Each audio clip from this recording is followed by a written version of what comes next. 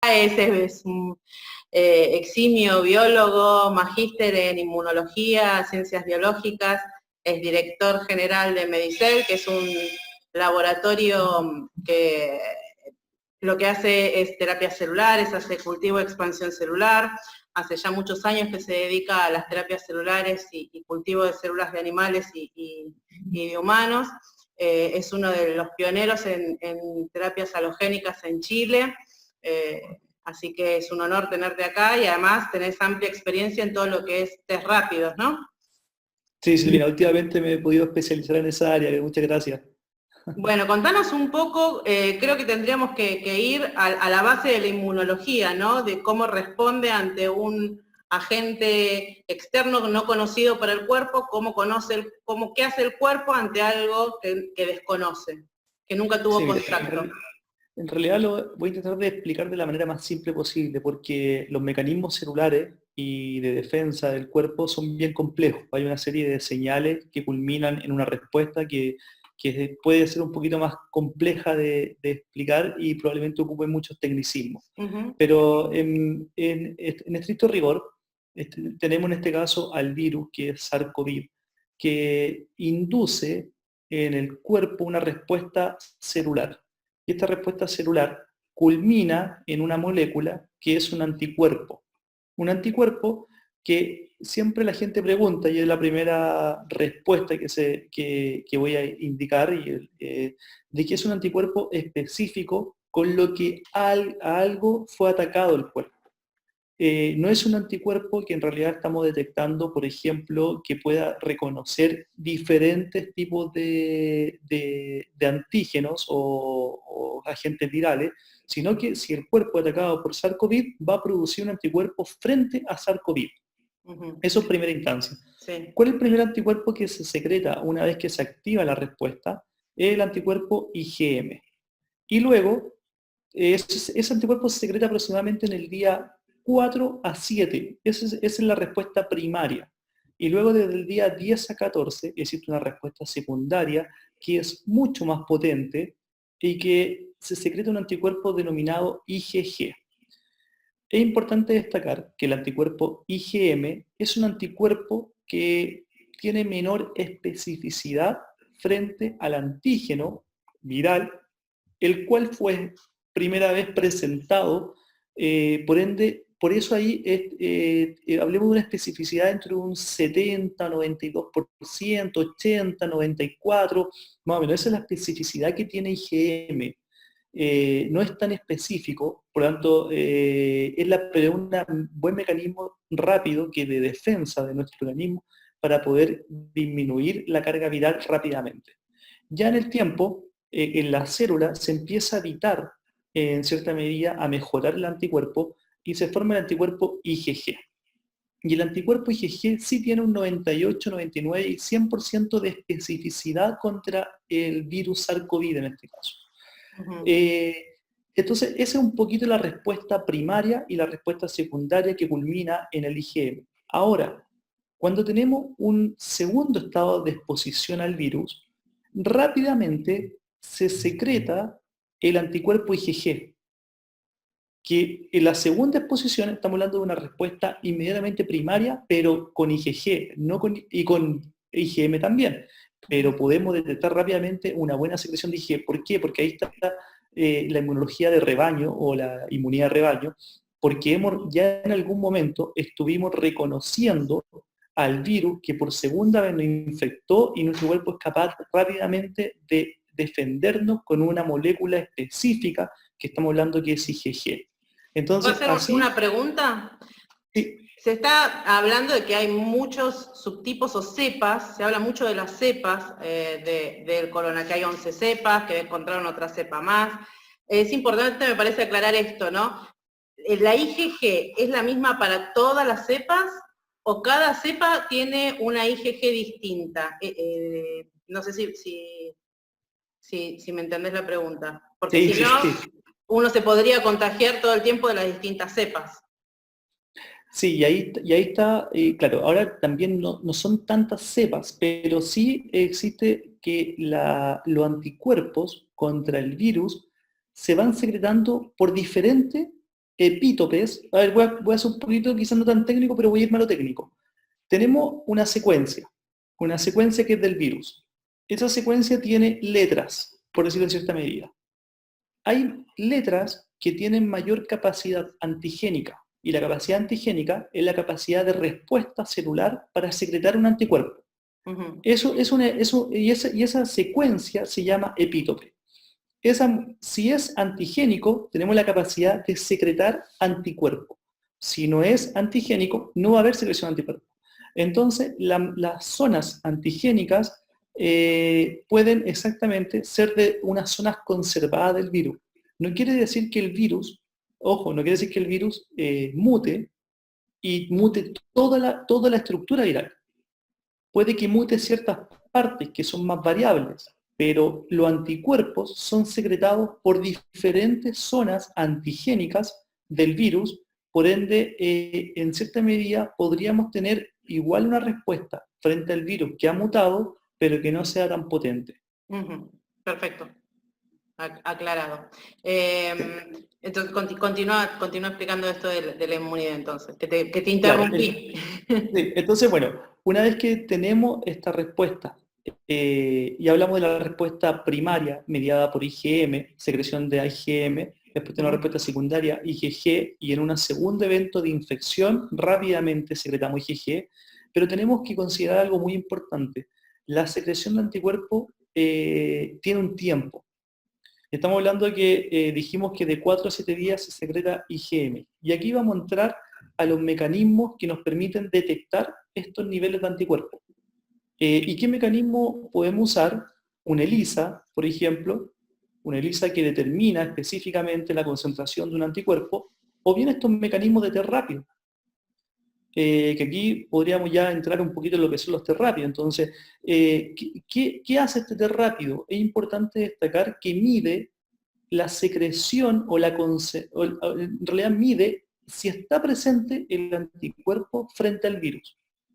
Pero hay que considerar que las concentraciones de anticuerpo pueden variar en las diferentes personas.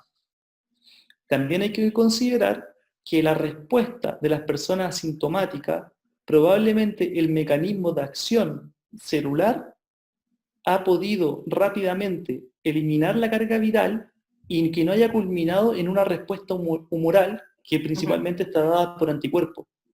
Entonces, esas personas sintomáticas son reconocidas por la sensibilidad que ya te comentaba hace un rato, por este test rápido, es la inquietud que hoy en día tenemos, pero se ha demostrado, ¿por qué? Porque la mayoría de estos tests están evaluados en hospitales donde hay personas que son sintomáticas. Claro, y que tienen alta concentración de anticuerpos. De alta concentración de anticuerpos y que puede detectarlo el test. Por eso hay que ser muy cuidadosos con la información que se da de estos test, porque si bien nosotros los podemos ocupar como un mecanismo rápido de determinación si es que una persona puede estar infectada, pero todavía no sabemos cuál es la mínima concentración de anticuerpos, porque ningún datasheet, y me lo leo todos, ningún datasheet indica cuál es la mínima concentración que detecta de este test. Tampoco se sabe cuánto tiempo uno está secretando, o sea, cuánto tiempo uno va a ser IgG positivo, por ejemplo, no se sabe eso. Esa otra inquietud también, que en realidad nosotros podemos tener IgG circulando por mucho tiempo, un par de años, incluso los anticuerpos pueden estar harto rato en la sangre, pueden ser meses, 6 meses, 5 meses. El tema está aquí claro, que en realidad cuando estamos por segunda infección rápidamente hacemos una rápida secreción de anticuerpos. Ahora, ¿por cuánto tiempo podemos detectar? Recuerda que todos los test rápidos sí sirven para hacer estudios epidemiológicos, o sea, evaluando hace cuánto tiempo, cuántas personas han estado infectadas, cuántas personas se han infectado a lo largo de la pandemia. Para esto sirven estos test rápidos, para hacer estudios epidemiológicos. Por lo tanto, pueden estar unos 6 meses esa persona en evaluación y podría tener presencia todavía de anticuerpos de SARS-CoV si es que queremos usarlo como para un estudio epidemiológico. Hay algo que a mí me quedó picando, que vos dijiste, si se vuelve a contagiar, va a volver a formar IgG. ¿Nos podemos volver a contagiar si tuvimos COVID? Sí, Sí, exactamente, porque y puede ser hasta necesariamente con la misma cepa viral. O sea, No es sabemos necesario que que sea una cepa, otra cepa, que se haya mutado. exactamente, exactamente, porque la respuesta no ha sido la respuesta inmunológica no ha sido tan robusta en poder desencadenar una buena respuesta de eliminación de virus y que luego si nos contagiamos podemos volver a contagiarnos y puede haber una segunda respuesta rápidamente de anticuerpos. ¿Y eso Pero probable, qué puede tener que ver? ¿La virulencia del virus y la inmunidad, una mala inmunidad del huésped? ¿Qué tendría que ver en ese aquí mecanismo hay para dos que cosas no haya una diferentes. huella? Claro, aquí hay dos cosas diferentes. Estamos hablando de una que sí o sí nos podemos volver a infectar. Ujú, El tema es que presentemos síntomas o no. ujú. Probablemente no sean tan severos. Probablemente. Porque secretar anticuerpos no quiere decir que tengamos inmunidad. Eso hay que tener como dentro de Recalcar. esta, exacto, como destacado dentro de la respuesta inmunitaria. O sea, que secretemos anticuerpos no quiere decir que seamos inmunes. Ujú, Hicimos una respuesta, sí, pero no somos inmunes. Y esto te lo explico rápidamente con el tema, por ejemplo, del VIH. ujú. O sea, las personas se contagian con VIH, tienen anticuerpos anti-VIH, pero los anticuerpos no hacen ser que la persona sea inmune. Claro. Entonces, es un mecanismo de defensa, pero la persona sigue infectada. En el caso del virus, por supuesto, claro, no estamos hablando de un virus persistente, hasta el momento no se ha demostrado que sea persistente, y que sea inmunosupresor, pero sí es un virus que permite, o sea, que está presente en el cuerpo y que genera una respuesta inmunológica. Aún no podemos determinar si esa respuesta inmunológica genera inmunidad, pero sí se ha visto, y por eso de ahí también hay otro concepto importante que también hay que destacar. Están hoy en día usando, por ejemplo, plasma, pero todavía no está demostrado si las personas generan realmente inmunidad frente al virus. Claro, Entonces, porque aquí esta entra una sería buena una pregunta. inmunidad que te da otra persona, pero no significa que vos, haciéndote el plasma, adquieras después que tu organismo quede la huella para poder hacer la inmunidad al IgG. A eso me... Exacto, o sea, el plasma, los anticuerpos que nos están agregando de Ujú. otra persona, probablemente no genera inmunidad en nosotros, porque todavía no está bien demostrado si las personas, disculpa, un segundo que voy a poner esto en silencio, Sí. si no estamos seguros hoy en día si las personas que se han mejorado son por la inmunidad de los anticuerpos o por otros mecanismos de acción. Nuestra respuesta inmunitaria hay que considerar que no solo está dada por los anticuerpos, sino que también hay dos tipos de inmunidad, la inmunidad humoral y la inmunidad celular. Entonces también puede haber una inmunidad celular también que defienda nuestro cuerpo y que no necesariamente culmine en una inmunidad humoral. Entonces, cuando nosotros hacemos transfusiones de plasma, estamos aludiendo principalmente a los anticuerpos. Bien, y vos considerás, a ver, esto, porque acá, por ejemplo, el plasma no se da para todo el mundo, se da para aquellos pacientes que están graves, ¿no? Que están en un estadio grave. ¿Vos considerás que el plasma tendría que darse de inicio en todo paciente sintomático, como reducción de carga viral, o está bien que lo hagan como algo a lo último, como un rescate, digamos? Es muy buena pregunta, pero a ver, por un concepto más bien de prevención. Aquí la pregunta es si me prevengo, si es para con uso preventivo o más bien ya cuando está en un asunto más complicado del paciente. Yo creo que en ambos casos puede ayudar, pero ojo que hay que considerar lo que te decía hace un rato. No sabemos si ese plasma, independiente de que la persona se haya mejorado, sea el responsable de haber hecho un efecto en el paciente en su mejora. Eso hay que considerar. O sea, ahora, si fuera así, si fuera que los anticuerpos generan esa respuesta de mejorar la condición de la persona, podría esa persona ser inmunizada con plasma y mejorar su condición previo a que después se haya infectado. O sea, sí podría ayudar como una especie de booster, como una especie de inyección, como una vacuna antiinfluenza. Claro.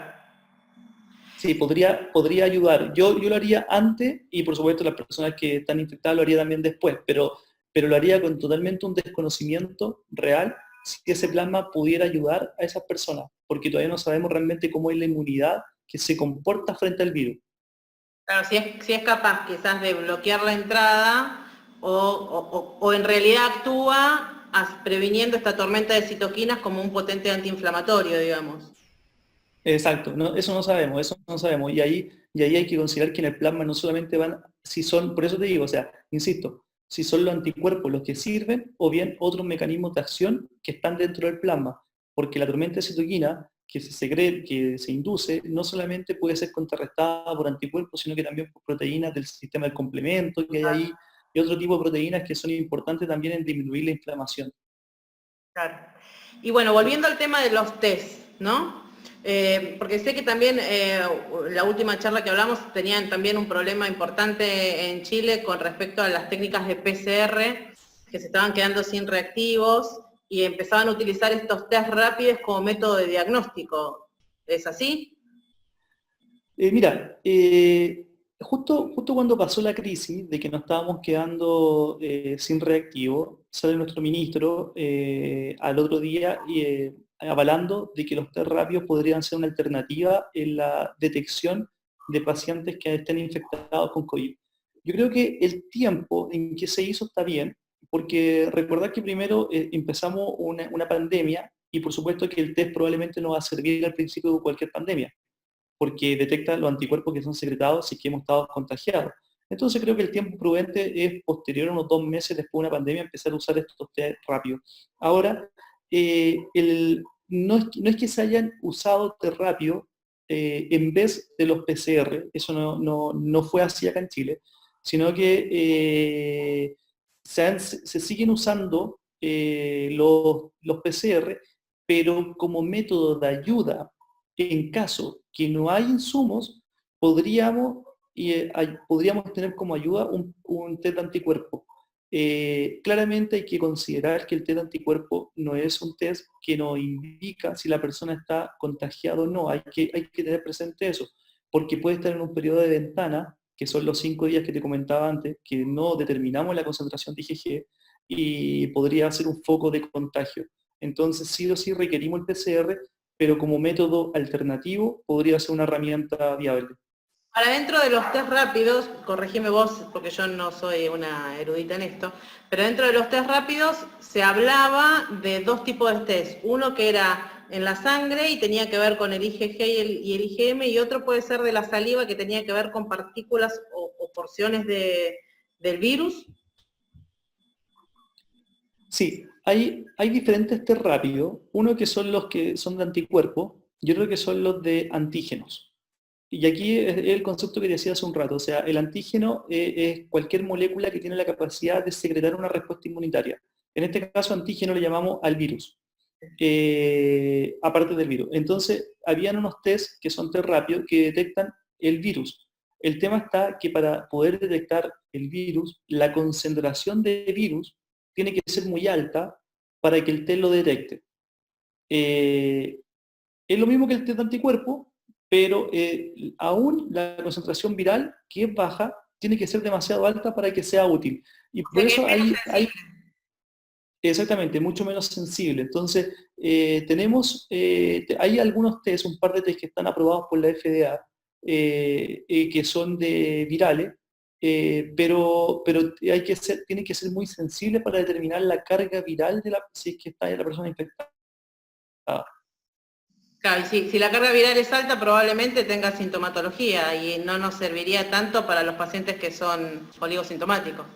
Exactamente, exactamente. Por eso yo creo que el anticuerpo podría ser un mejor indicador que uno de antígeno, pero hay que considerar lo que conversábamos al principio, la concentración de anticuerpos, si la persona es asintomática no sabemos realmente si es porque ha contrarrestado la respuesta por un mecanismo diferente al de anticuerpo. Entonces, si hacemos este test no va a detectar la concentración alta de anticuerpo. Esas son cosas que hay que considerar. Y también otra cosa importante a considerar, Silvina, es el tema de que, de los tiempos. Es muy importante. O sea, tenemos que considerar que después del día 4 o 5 posiblemente detecte la IgM. y después del día 14 detecte la IgG, pero la intensidad de la banda que está determinada por la concentración de anticuerpos, puede que no sea un buen mecanismo de visualización y de expertise de la persona que lo esté haciendo, y puede que se pase a una persona infectada como no infectada. Contame dos cosas. Una es, ¿lo puede adquirir cualquiera en la farmacia, por ejemplo? ¿Puede cualquiera ir y comprarse un test rápido y hacérselo en su casa? Esa es una. Y la segunda, que nos comentes cómo es el procedimiento, cómo es. ¿Hay que pinchar el dedo? ¿Es como un EVA-test? ¿Cómo es? Contanos cómo es. Mira, yo creo que mientras haya un buen instructivo, o sea, si hoy en día existen test de embarazo, ¿por qué en cierta medida no pudiera asistir a la farmacia un test rápido? Pero un buen instructivo que indique lo que está midiendo, que indique los alcances, siempre es importante para que la persona tenga conocimiento de lo que está haciendo. Porque muchas personas van a ir a comprar este test probablemente infectada, pensando en un foco de infección el día anterior, y eso puede ser un problema porque van a ser personas que van a marcar negativo por lo que comentábamos en esta respuesta de 5 días que tiene que haber secreción de anticuerpos. Entonces, si hay un buen instructivo y una buena información para el alcance del test, yo creo que no hay problema de adquirir una farmacia. Ahora, es un poco también lo que conversaba hace poco con gente de acá de Chile, que mucha gente ha visto una oportunidad de negocio enorme en este tema de los test rápidos. Y acá se están vendiendo hasta por personas que se dedican hasta la construcción. O sea, han traído test rápido. Y la verdad es que el conocimiento que tienen es nulo. O sea, ellos entregan un dispositivo, un test rápido, que en realidad la empresa dice, chuta, ¿cómo lo uso? No tiene idea. Y al finalmente terminan acudiendo a los laboratorios que sabemos de que nos dedicamos al tema y tenemos que explicarlo. Pero hay que considerar eso también. O sea, tiene que haber una buena información para poder hacerse un test. Y me enteré que en Argentina ustedes tienen test rápido. Sí, hay test rápidos. Sí, pero, pero ¿tú sabías que hay un test rápido hecho por ustedes? Sí, hace poco salió la noticia de que habían... El simple test rápido de COVID-19. Argentina busca exportar a diversos países el test que han desarrollado científicos locales para detectar el coronavirus. Entonces ahora me queda un poco claro de por qué en Argentina fue tan difícil llevar test rápido. Súper difícil, súper. Estábamos entonces, ¿hasta dónde llegamos? El tema esto de que en Argentina salió también este test rápido, pero los tests rápidos que salieron se manejan en laboratorio, tengo entendido. No son para comercialización y uso de la población en general, es decir, como decimos esto de, bueno, voy y me compro un test. Mira, yo creo que desde el punto de vista social, Silvina, bueno, y a todos los que nos están escuchando, yo creo que es importante igual, porque hoy en día la gente también entiende para qué sirve, tiene la capacidad de informarse, y la verdad que también ayuda rápido a salir de esta angustia, que es de saber si uno ha estado expuesto, está expuesto, o qué ha pasado, o si puede estar contagiado. Entonces hay mucha gente que está angustiada, o sea, todos vivimos este paso que es muy complejo, y hay personas que se preguntan en sus casas si es que realmente están contagiadas, y un test rápido podría rápidamente ayudarle, valga la redundancia, en tener una respuesta. Ahora, pero tienen que considerar que no es una respuesta totalmente concluyente, y que hay que mantener los resguardos totales en sus casas para no relajarse y no salir a exponerse sabiendo que, por ejemplo, si le marcara positivo, pensaría que fuera inmune. No son inmunes, no son inmunes. Tienen anticuerpos, sí, pero no sabemos realmente si son inmunes o no. Entonces, esas cosas hay que considerar en la información que se da en el tema de los test rápidos, pero yo estoy de acuerdo que sean puesto a la población a disposición, y también a empresas que puedan seguir trabajando sin parar y eso. A ver, por ejemplo, yo soy personal de la salud, trabajo, puedo estar en contacto con gente de COVID y yo puedo hacerme un test y me da negativo. ¿Yo qué me lo tendría que volver a hacer? Dentro de 7 días para confirmar que verdaderamente soy negativo, pero todavía tampoco lo puedo confirmar porque también me puedo haber contagiado 4 días antes. Claro, o sea, en ese caso la personal de la salud se debería estar haciendo test cada 3 o 4 días, sí o sí. Claro. ¿No? Cada 3 o 4 días, sí o sí haciéndose test. Ahora, si en algún caso sale positivo, si tú empezaste, a ver, vamos a partir más atrás, si tú empezaste el día 1 a hacerte test, Sí. ya tienes, sabes que hace 5 días atrás probablemente pudieras estar contagiada. Entonces, hasta el día 3, hasta el día 5, y después sigue al día 7, pero después ya sigue cada 7 o 14 días. Ujú. Pero sé ordenada, o sea, siempre en ese orden, porque ya vas a empezar a pesquisar, ya pesquisaste los días de ventana, pero después sigues pesquisando cada cierto tiempo si es que alguna vez tuviste en contacto o no. En caso de salir positiva, siempre confirmar con PCR, y aunque igual puede dar falso positivo, pero es importante confirmar con PCR para que quede dentro del Registro Nacional de Salud. Bien, y a ver, vos que estás en el rubro de inmunología y todo esto, ¿qué noticias sabés de las vacunas? Mira, y la vacuna ya, bueno, en Argentina están haciendo una vacuna, están bien avanzados supuestamente, también se metieron al mundo, así que ustedes siempre llevan la delantera en todos también, así que hacen test rápido, o sea, yo envidio eso de por qué nosotros no hicimos un test rápido y si Argentina lo hace inmediatamente. Envidio porque nosotros estamos desarrollando hace mucho tiempo una vacuna, sí, somos uno de los países que en Chile están haciendo vacunas, pero Argentina ya tiene muy avanzada una vacuna. Entonces, sí, hay avance en tema de vacuna, pero hay que considerar, y esto es muy importante, cómo estas vacunas van a responder en toda la población.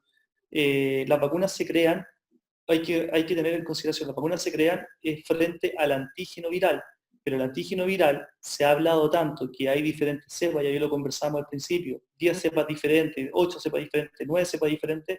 ¿La vacuna será efectiva para toda la población mundial o va a ir por etnias? Hay que considerar esas cosas. Entonces, es muy temprano para decir que hay una vacuna, pero también no quitemos la esperanza de que puede ser efectiva en gran parte de la población. Y que, bueno, hay muchos científicos que están trabajando en ella. Y este tipo de vacunas me supongo que será a virus muerto, porque a virus atenuado no se puede poner porque en inmunocomprometidos, que es a lo que afecta principalmente, sería un despropósito. Tendría que ser una vacuna a virus muerto. Sí, exactamente. O sea, y son en base a las personas que han sido contagiadas también, se van obteniendo de ahí muestras para hacer vacunas. Pero bueno, ya hay como 6 países ya que han declarado, la otra vez estaba leyendo, que tienen ya una vacuna bien avanzada en el tema del coronavirus. Incluso hay una de Alemania que está muy avanzada, que hay que considerar ahí, que probablemente salga luego bueno, están en estudios clínicos ya en fase 2, pero Sí. cuando pasen a fase, claro, cuando pasen ya a fase 3, no sé si hay alguna en fase 3 como vacuna propiamente tal, pero cuando pasen a fase 3 ya yo creo que ya estamos cerca de poder adquirirla.